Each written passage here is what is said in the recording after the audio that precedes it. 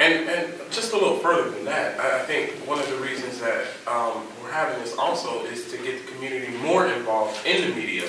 Sometimes there's this myth that you have to be,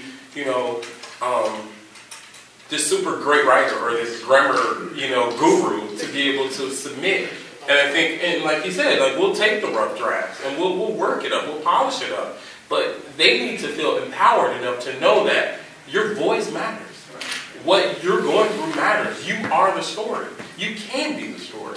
And we'll work it out. We'll figure it out. We'll go back and forth. And it'll be our impromptu, J school or J term class is what we have at Columbia. Just 2-week crash course. I mean, if that's what it takes for you to feel empowered enough. For so long, our voices have been muted in the community. This area has been underreported forever.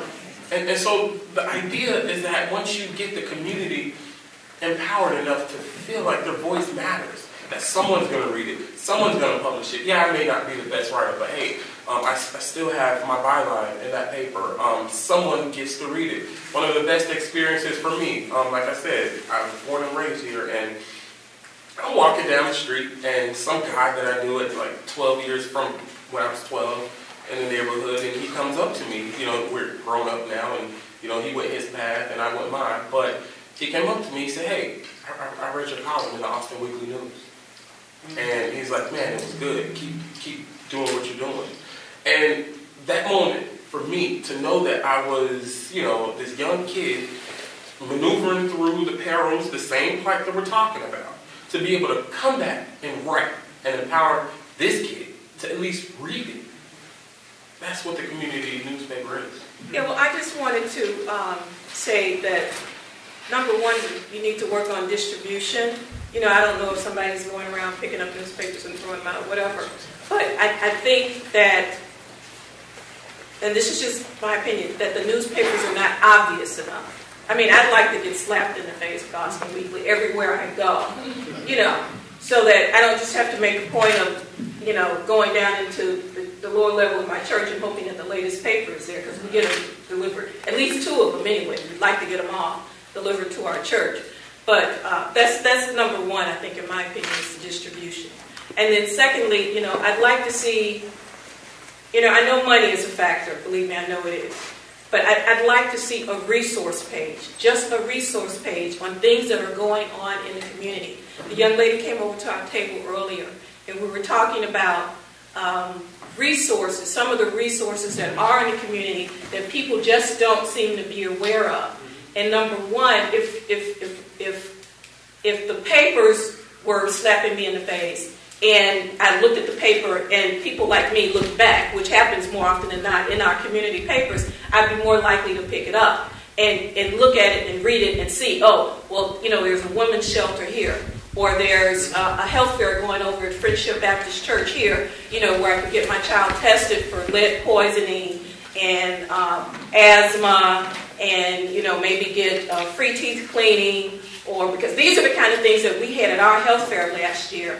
And when I would send my information to the 2 newspapers that do, come to our church, you'd end up getting a blurb back in the back, a 2 or 3 line blurb back in the back of the paper. But I mean, when I was told that that Austin is is the number one, if not the number one, but the largest community in the city of Chicago. It is. And then I found out during the course of this health fair being put on that asthma is the number one thing in the Austin community, that there's still like this lead poisoning thing going on. So I mean, to give us a 2 or 3 line blurb in the back of the paper when those are the statistics going on in our community, I think it's just, it's not really community-minded enough, just in my opinion. So I'd like to see something like a resource page, where if something like that's going on in the community, that the word gets out. And the way it gets out is, number one, as I said, through, distribution. And that's the kind of thing that I think would be really, that's what I'd like to see. And I thought maybe we were coming here to kind of put those things. Absolutely. What if they put it online? They all have online editions. Okay, well, now you have to realize now. That's a question. You have to realize that there is a, what do they call it, a gap? Digital A digital divide. So, I get on the computer every day, sometimes 4, 5, 6, 7 times a day. And maybe most people here do. But there are people out there in the community who don't have that access.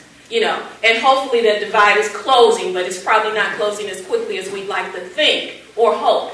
But that's an excellent idea. But, let's keep let's get those newspapers out. There's a lot of good and valuable information in there, and I appreciate having them in the community, And it wasn't until I started living in the Austin community, working in the Austin community, that those newspapers got to my attention. So I appreciate that. I really do. All you gentlemen and the hard work that you do, Ms. McBride and so forth. But that's great, but it's not there for everybody. So, Thank you.